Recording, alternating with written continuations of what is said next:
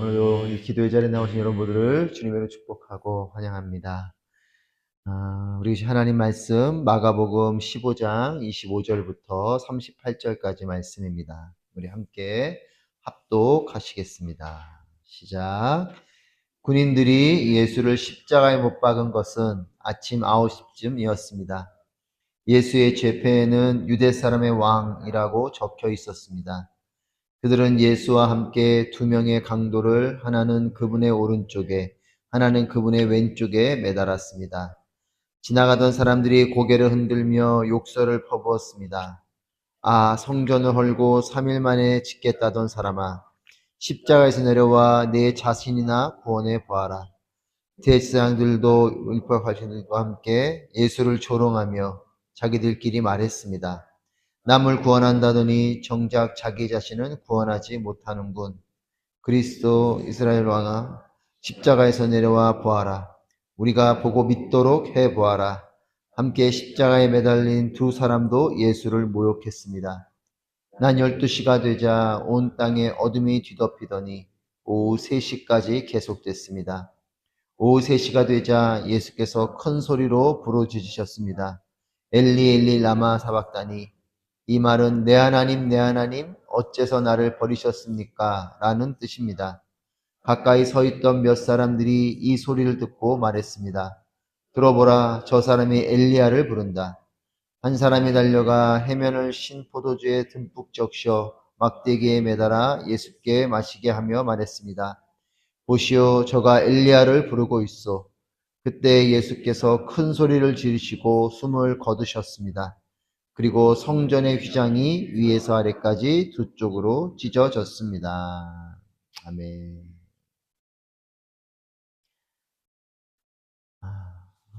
대제사장과 율법학자들 그리고 예루살렘 공의회의 뜻이 이루어졌습니다.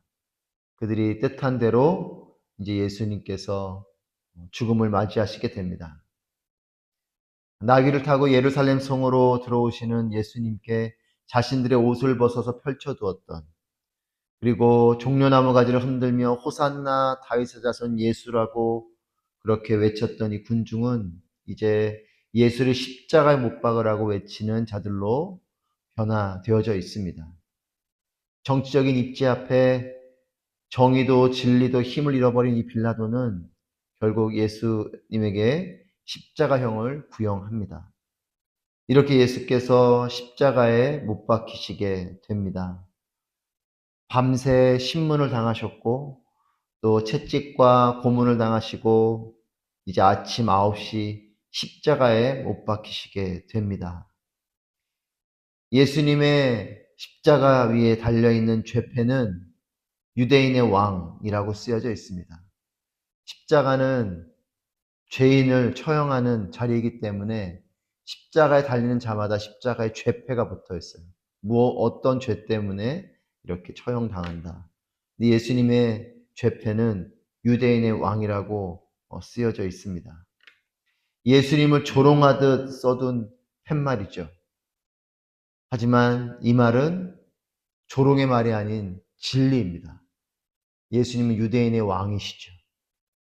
사람들은 조롱의 말로 써놨지만 그 말은 사실 진리입니다. 거짓에 눈이 멀었고 각자의 욕망이 뒤섞여 있어서 이 진리가 조롱하는 말이 되어져 버린 것이 지금 예루살렘의 모습입니다. 예수님 홀로 십자가에 달리시는 것이 아닙니다. 예수님의 양쪽에 죄인이 함께 십자가에 달립니다. 세 개의 십자가가 서게 되는 거죠. 그들은 자신들의 죄의 대가를 치르는 정말 십자가형을 받아야 될 이런 극악무도한 자들이 함께 십자가에 달리는 겁니다. 그러니까 지금 예수님의 모습은 이와 같은 극악무도한 죄인들과 같은 동류로 십자가에 달려 계신 것이죠. 극악무도한 죄인의 모습으로 예루살렘 사람들 눈앞에 계신 것입니다. 유대인의 왕이, 아니 온 인류의 왕이 가장 극악한 죄인으로 십자가에 달려 있습니다. 이제 예루살렘에 있는 사람들은 예수님을 메시아로도 하나님의 아들로도 보지 않습니다. 그냥 양쪽에 있는 죄인과 똑같은 죄인으로 볼 뿐이죠. 이제 예수님께 기적을 구하고 기적을 맛봤던 사람들은 없습니다. 진리의 말씀을 전해 듣고 배우고 깨달았던 사람들도 없습니다. 그저 가장 극악한 죄인이 된 예수와 그리고 그 예수를 경멸하고 조롱하는 사람들만 있을 뿐입니다. 사람들이 지나가면서 고개를 흔들고 욕설을 퍼붓습니다. 군중들의 말에 힘을 얻어서 대제사장과 율법학자들도 조롱을 섞어 말합니다. 지나가던 사람들이 고개를 흔들면서 성전을 헐고 3일 만에 짓겠다던 사람아, 십자가에서 내려와서 너 자신이나 구원해 봐라. 이 말에 대제사장과 율법학자들 함께 예수를 조롱하고 자기들끼리 말합니다. 남을 구원한다더니 정작 자기 자신을 구원하지 못하는군. 그리스도 이스라엘 왕아, 이 십자가에서 내려와 보아라. 우리가 보고 믿도록 해 보아라. 이렇게 조롱하는 말로 예수님의 십자가를 향해 그들은 경멸을 쏟아냅니다. 죄인된 인간의 믿음이 이렇게 연약한 것이에요. 예수님을 그렇게 따랐던 자들이, 예수님을 환영했던 자들이 이와 같이 손바닥 뒤집듯이 경멸하고 조롱하고 예수를 죽이라고, 심지어는 죽고 있는 그 상황 속에서도 그렇게 조롱해 대는 것이 인간의 믿음입니다. 예수를 따랐던 자들은 한순간에 예수를 경멸하는 자들이 되어져 있어요. 여러분, 우리의 믿음이 대단한 것 같아도 이렇게 손바닥 뒤집듯이 뒤집혀지는 게 우리의 믿음이에요.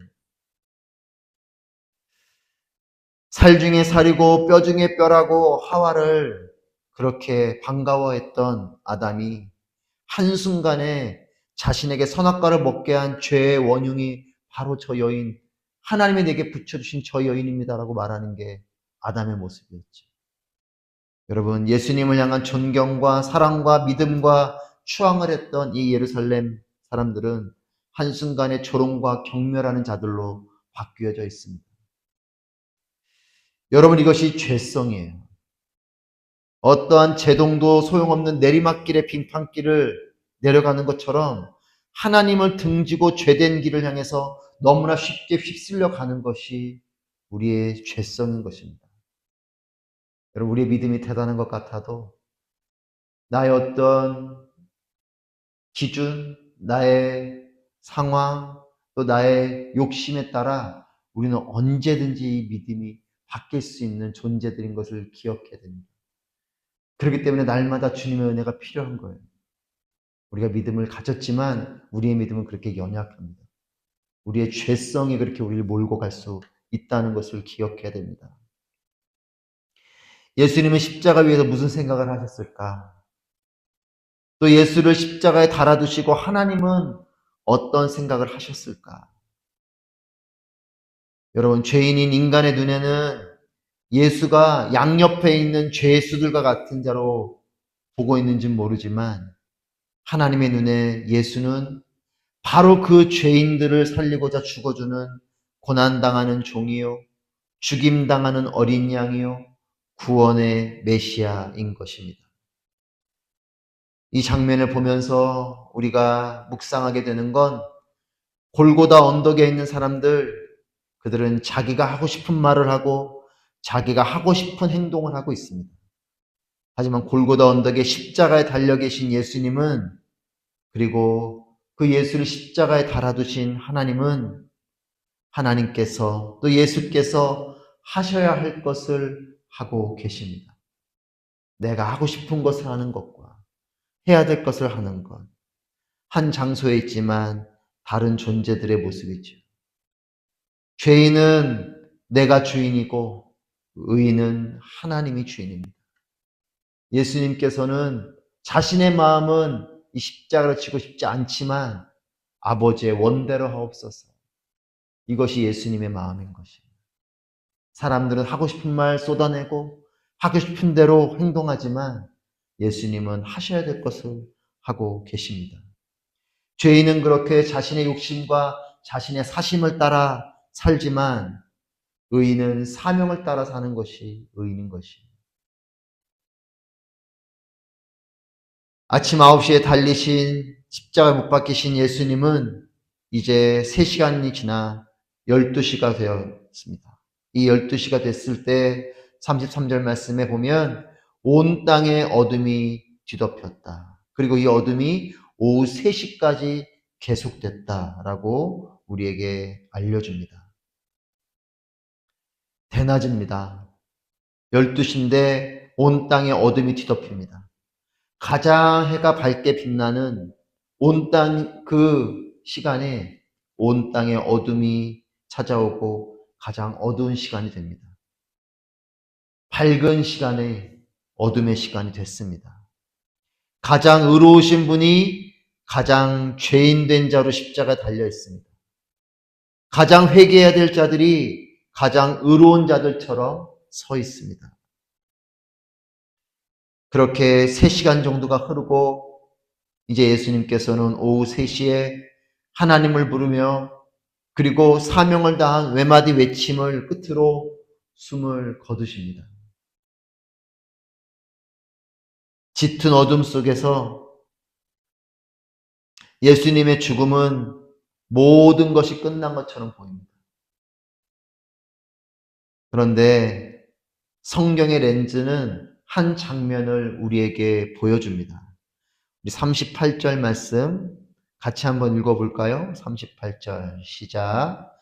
그리고 성전의 휘장이 위에서 아래까지 두 쪽으로 찢어졌습니다. 예수님의 죽으심과 함께 지성소의 문이 열리게 됩니다. 성소와 지성소를 구분해 놓는 그 휘장이 갈라지고 이제 지성소의 문이 열리게 되는 거죠. 지성소는 하나님께서 임재하시는 곳입니다. 하나님의 말씀이 임하시고 하나님이 그곳 가운데 임재하시는 그곳이 지성소이죠. 그렇기 때문에 지성소는 죄가 있는 존재가 들어가면 죽게 되는 곳이 지성소예요. 심지어는 대제사장조차도 죄가 있으면 그곳에 있다가 죽게 되는 곳이 이 지성소입니다. 그런데 이 휘장이 갈라졌습니다. 이제는 죄인된 존재들이 들어갈 수 있는 곳이 됐어요. 죄인을 죽이는 것이 아닌 오히려 살리는 길을 열어주셨습니다. 물론 회개로 하나님께 나아가야 되겠죠. 하지만 그들을 받아주시는 하나님의 마음이 표현되고 있습니다. 예수님께서 죽으시면서 이 성소의 휘장이 갈라졌습니다. 여러분, 예수님의 죽으심으로 나아진 생명의 길인 것이죠. 십자가의 죽으심은 죄인된 우리를 살리는 하나님의 생명의 길이 열려진 것입니다. 사랑하는 여러분, 오늘이 금요일이죠.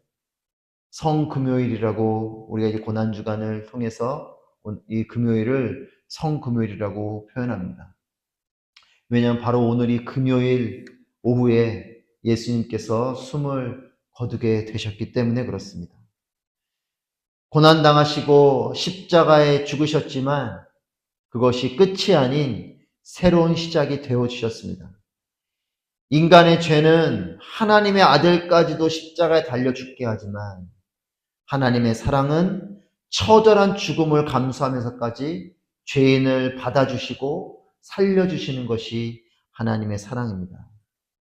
지성소로 담대히 나아가는 우리 모두가 되기를 바랍니다.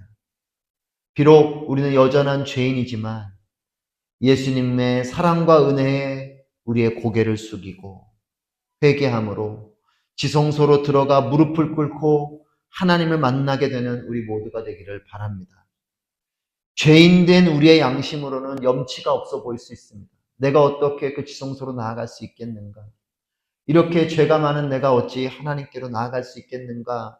여러분, 그것이 우리의 양심이 있는 염치 없어 보이는 마음의 그런 모습 같아도 이런 송구한 마음이 있는 우리가 할 수 있는 최선은 무엇이냐?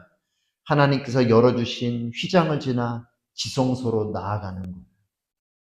염치가 없어 보이지만 우리의 최선은 염치 없기 때문에 도망가는 것이 아니라 열어주신 그 지성소를 향해 회개하는 마음으로 뚜벅뚜벅 걸어 들어가는 거죠. 예수님의 십자가 보혈을 의지해서 날마다 회개하며 하나님의 발등상 앞에 엎드려 그분께 경배드리고 또 그 발 앞에서 하나님의 말씀을 듣고 또 들은 그 말씀대로 살기를 몸부림치는 것, 여러분 이것이 여전한 죄인이지만 우리를 의인 삼아 주신 하나님 앞에 온전히 나아가는 우리의 모습입니다. 십자가로 생명의 길을 열어주신 예수님을 찬양합니다. 그리고 나를 살리시고 나를 받아주시고 나와 함께 하시는 하나님을 찬양합니다. 사랑하는 여러분, 예수님께서 죽으심으로 우리를 살리셨습니다. 예수님께서 죽으심으로 우리가 하나님께로 나아갈 수 있는 담력을 얻었습니다.